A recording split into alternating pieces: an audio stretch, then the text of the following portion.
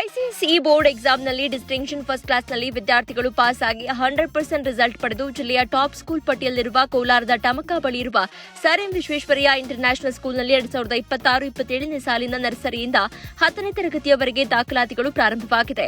High tech school building, ಆಟದ ಮೈದಾನ, ನುರಿತ ಶಿಕ್ಷಕರ ಜೊತೆಗೆ ಸುರಕ್ಷಿತ ಬಸ್ ವ್ಯವಸ್ಥೆ ಕಲ್ಪಿಸಲಾಗಿದೆ.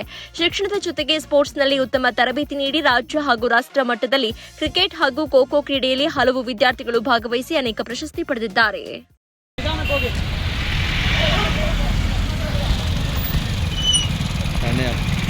ಬೆಳಗ್ಗೆ ಬಂದಿದ್ದಾರೆ, ಬೇಗ ಎಲ್ಲ ಡ್ರೋನ್ ಕ್ಯಾಮ್ರಾ